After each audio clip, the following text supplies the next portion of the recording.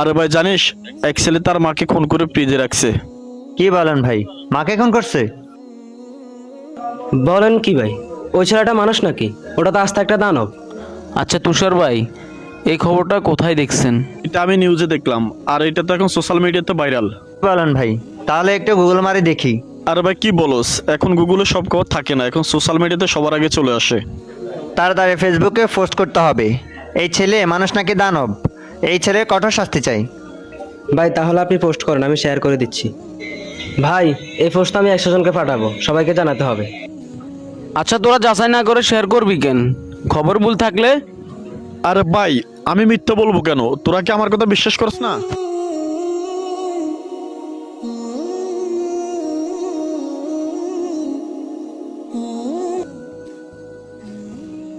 আরে বাতিজা, কথাটা তো আমি শুনছি। যে ছেলে খুন করছে তার ছবি আমি ফেসবুকে পাইছি।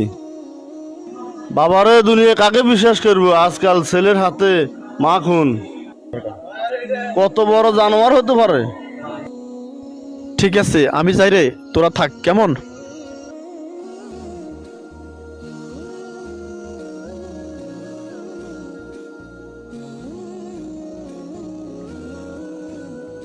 আরে শুন, সেই খুনের খবরটা নাকি ভুয়া, আসল খুনি ধরা পড়ছে।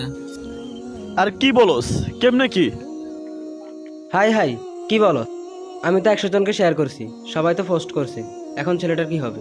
আমার পোস্টে এক বুড়ো চাচা কমেন্ট করছে, বাবা যাচাই করে পোস্ট করো, আর আমিও রিপ্লাই দিছি, আমরাও কম বুঝি না, নিজে চরকায় তেল দেন। এখন তো মনে হয় ওনার কথা শোনা উচিত ছিল। আরে ভাই আমি নিজে তো দেখলাম, সোশ্যাল মিডিয়াতে র্যাবে তো ভাইরাল করছে।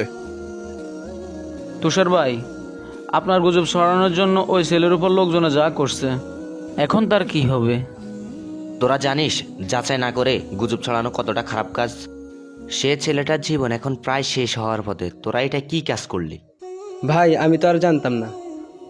জানবি কিভাবে? তোরা তো একটু যাচাই করার চেষ্টাও করিস না। তোরা যাই দেখোস তাই শুধু ফেসবুকে শেয়ার করে ভাইরাল করে দিস। এখন থেকে যাচাই বাছাই ছাড়া কোনো কাজ করবি না। হ্যাঁ ভাই ঠিকই বলছেন। গুজব ছড়ানো মানুষ সমাজের ক্ষতির কারণ হতে পারে, তাই আসুন আমরা সকলেই সচেতন হই। আমাদের প্রিয় নবী মুহাম্মদ সাল্লাল্লাহু আলাইহি ওয়াসাল্লাম বলেছেন, কোনো ব্যক্তি মিথ্যাবাদী হওয়ার জন্য এতটুকুই যথেষ্ট যে সে যাহা শুনে তাহাই প্রকাশ করতে থাকে।